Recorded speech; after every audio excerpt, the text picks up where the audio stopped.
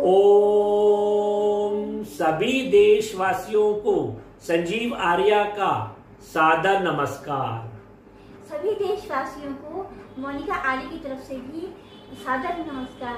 जी, आज दिनांक 21 मई 2023 के दिन YouTube पर अपने विशेष कार्यक्रम के अंतर्गत आपकी कुंडली के विभिन्न भावों में चंद्रमा की क्या स्थिति है, इस बात पर प्रकाश डालेंगे श्री माननीय संजीव आर्य जी। धन्यवाद मोनिका जी। देखिए, जैसा कि हम जानते हैं, भारतीय वैदिक ज्योतिष में 9 ग्रहों की परिकल्पना की गई है।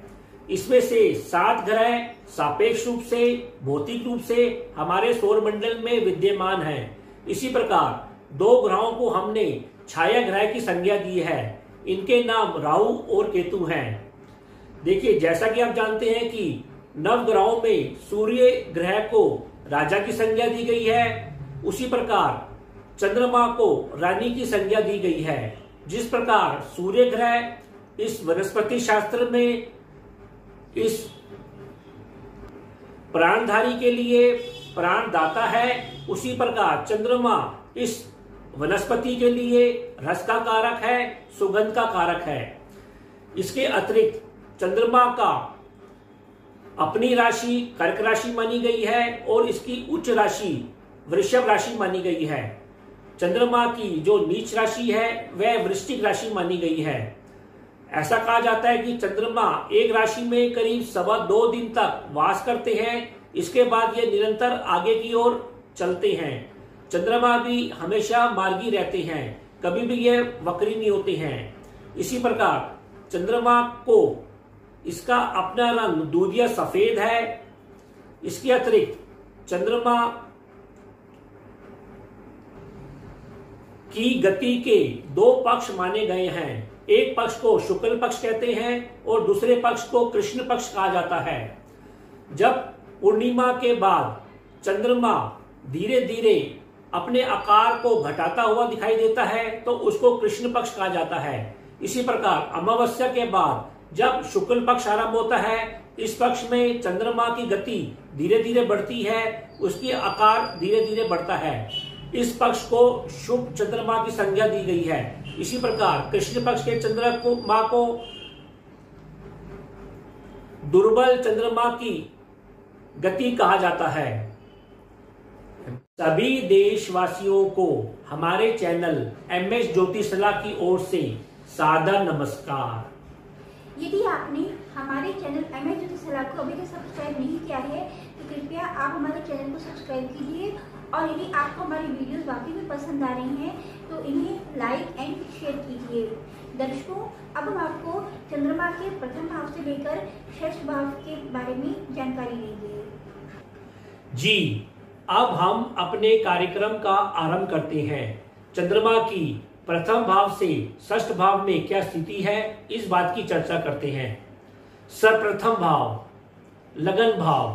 देखिए, यदि लगन भाव में चंद्रमा स्वराशि का है अर्थात कर्क राशि का है, अपनी उच्च राशि का है अर्थात वृषभ राशि का है, अपनी मित्र राशि का है, तो ऐसी स्थिति में जातक धनवान होता है, बलवान होता है, चंचल होता है,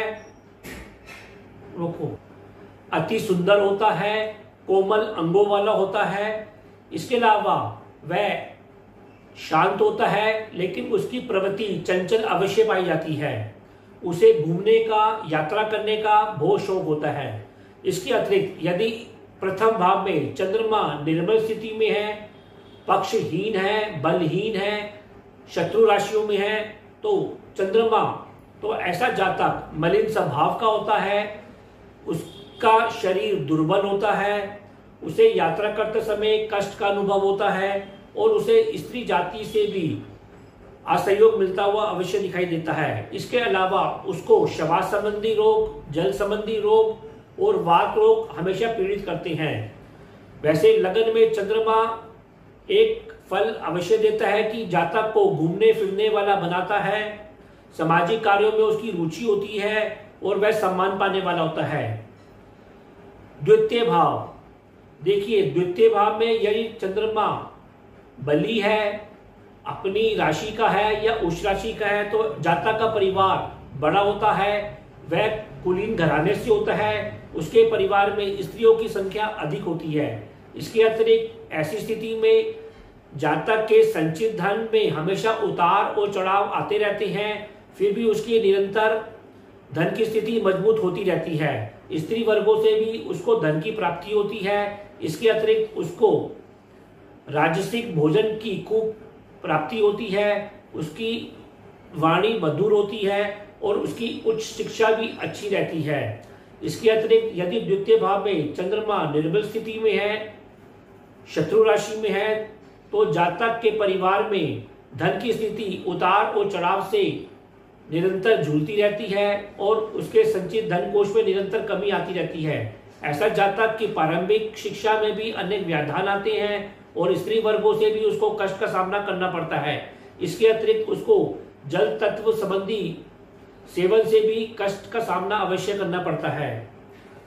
तृतीय भाव अर्थात तीसरा भाव, देखिए इस भाव में यदि चंद्रमा पक्ष बली है, स्वराशि का है या उच्च राशि का है तो जातक साधु स्वभाव का होता है, उसको धार्मिक यात्राओं करने का शौक होता है, बंधुओं से भी उसके संबंध मधुर रहते हैं। इसके अतिरिक्त जिंदगी भर ऐसा जातक कोई ना कोई कर्म भाव में हमेशा लीन रहता है और स्त्री जातकों से अपनी बहनों से भी उसको भरपूर लाभ और सहयोग की प्राप्ति होता है। यदि इसी भाव में चंद्रमा निर्मल पक्ष का है, शत्रु राशियों में स्थित है, तो जातक संसारिक कार्यों में सफल नहीं हो पाता है, जातक आलसी होता है, उसे यात्रा में भी कष्ट का सामना करना पड़ता है। इसके अतिरिक्त उसको श्वास संबंधी रोगों और कफ जनित रोगों का भी हमेशा सामना करना पड़ता है, क्योंकि तीसरा भाव जातक की कुंडली में उसकी गर्दन, उसकी श्वास नली को दर्शाता है।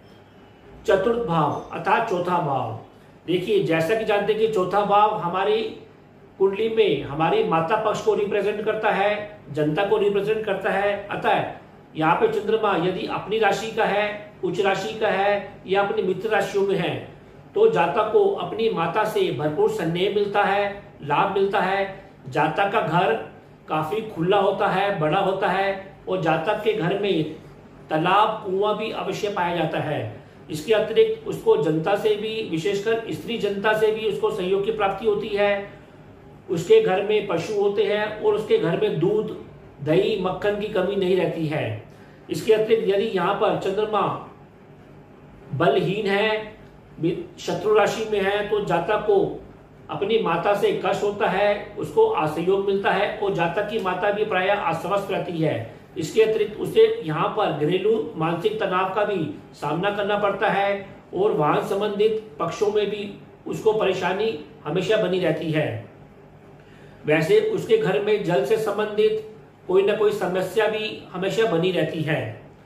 पंचम भाव अर्थात पांचवा घर, देखिए पंचम घर हमारी संतान पक्ष को रिप्रेजेंट करता है, हमारी शिक्षा को, हमारी हॉबी, हमारे मित्र पक्ष को रिप्रेजेंट करता है। यह भाव हमारे मंत्र से संबंधित और हमारे प्रेम प्रसंगों से भी संबंधित होता है। अतः यहाँ पर चंद्रमा यदि पक्ष बली है, मित्र राशि का है, स्वराशि या उच्च राशि का है, तो जातक को स्त्री पक्षों से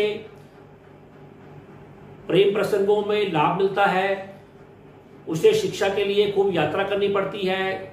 शिक्षा में वह डांस करने में, ड्राइंग करने में निपुण होता है। इसके अतिरिक्त उसको मंत्रों का भी अच्छा ज्ञान होता है और उसको श्री कृष्ण भक्ति और अन्य सनातन धर्म में खूब रुचि होती है। इसके अतिरिक्त यदि यहाँ पर चंद्रमा दुर्बल है, शत्रु राशियों में है, तो जातक का स्वभाव कुछ कपटी होता है, वह वाचाल होता है और उसका चित्त भी मलिन होता है। इसके अतिरिक्त उसको हर प्रकार के कार्यों में भी असफलता का सामना अवश्य करना पड़ता है।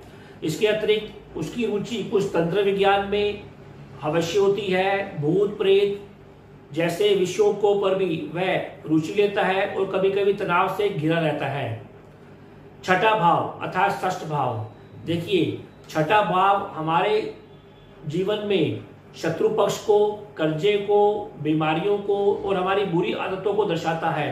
अतः यहाँ पर भी चंद्रमा प्रायः बुरा फल देता हुआ ही दिखाई देता है। जैसा कि कहा जाता है कि चंद्रमा छठे, 8वें और 12वें भाव में प्रायः बुरा फल ही देता है। फिर भी यदि यह चंद्रमा पक्ष बली है, स्वराशि का है या उच्च राशि का है, तो जातक को नौकरी संबंधित कार्यों में, फाइनेंस में, इंश्योरेंस संबंधी कार्यों में उसको लाभ अवश्य मिलता है।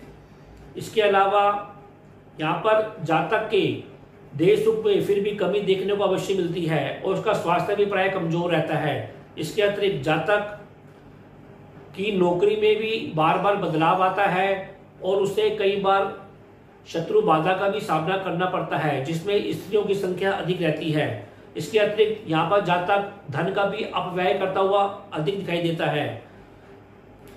यदि यहाँ पर चंद्रमा अशुभ राशियों में है तो जातक में संघर्ष करने की भावना में कमी होती है, क्योंकि चंद्रमा एक सॉफ्ट ग्रह है, अतः जातक में संघर्ष करने की भावना कम होती है, प्रतियोगिता करने की भावना भी कम होती है।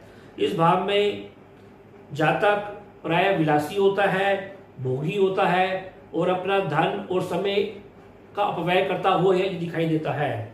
इसके अतिरिक्त जातक को यहाँ पर आंखों से संबंधित, मधुमेह से संबंधित और खून संबंधित बीमारियों का भी अवश्य सामना करना पड़ता है। तो वीडियो के इस भाग में हमने आपको बताया कि प्रथम भाव से लेकर षष्ठ भाव तक चंद्रमा की आपकी कुंडली में क्या स्थिति होती है।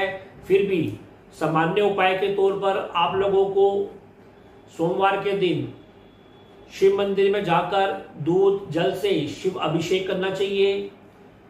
अपनी कुंडली को दिखाकर आप एक मोती धारण कर सकते हैं। इसके अतिरिक्त सोमवार का आप व्रत रख सकते हैं। सोमवार के दिन आप दूध, दही, चावल, चीनी का दान कर सकते हैं। इसके अतिरिक्त आप सोमवार के दिन चंद्र दर्शन करते हुए रात को चंद्रमा के सामने चंद्रमा के मंत्र ओम सोम सोमाय नमः का भी जाप कर सकते हैं। इसके अतिरिक्त आपको चंद्रमा को बलि बनाने के लिए सफेद कपड़ों का, सफेद वस्तुओं का अधिक से अधिक प्रयोग करना चाहिए और अपने जीवन में जल का भी अधिक से अधिक सेवन करना चाहिए। तो इन उपायों से आप अशुभ चंद्रमा के अशुभता को कम कर सकते हैं और उसकी शुभता को बढ़ा सकते हैं।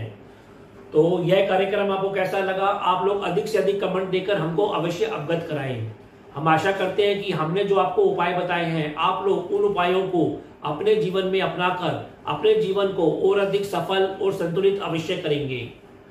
तो अब मैं अपनी वाणी को विराम देना चाहूंगा और आप लोगों से आज्ञा लेना चाहूंगा। जी, ओम।